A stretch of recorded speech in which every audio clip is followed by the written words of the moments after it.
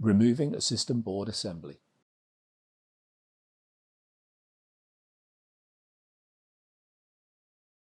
Before replacing the components now shown on screen, check the heatsink type of the system to be serviced.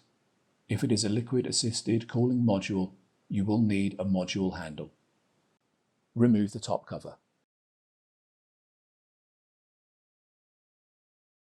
Remove any of the following components that are installed on the system board.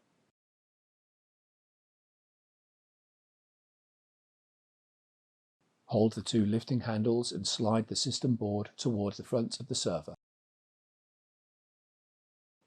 Lift the system board out of the chassis. Remove the system I/O board from the processor board. Remove the screws that secure the system I/O board.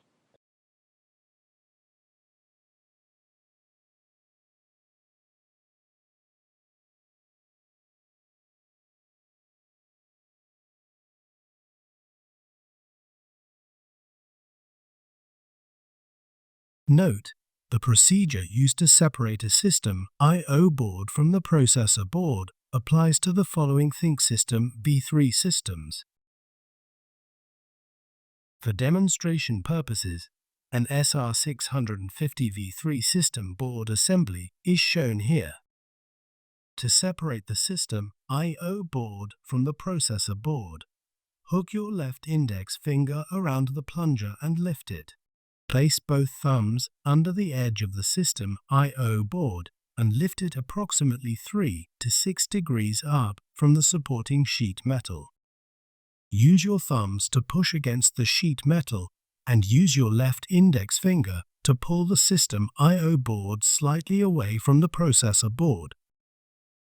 While pulling, use your right hand to stabilize the system I/O board and prevent it from rotating. Ensure the gold finger of the system I/O board is less than 10 mm away from the slot on the processor board, and then lift the system I/O board up. If you are going to replace the system I/O board, remove the firmware and ROT security module and micro SD card from the system I/O board.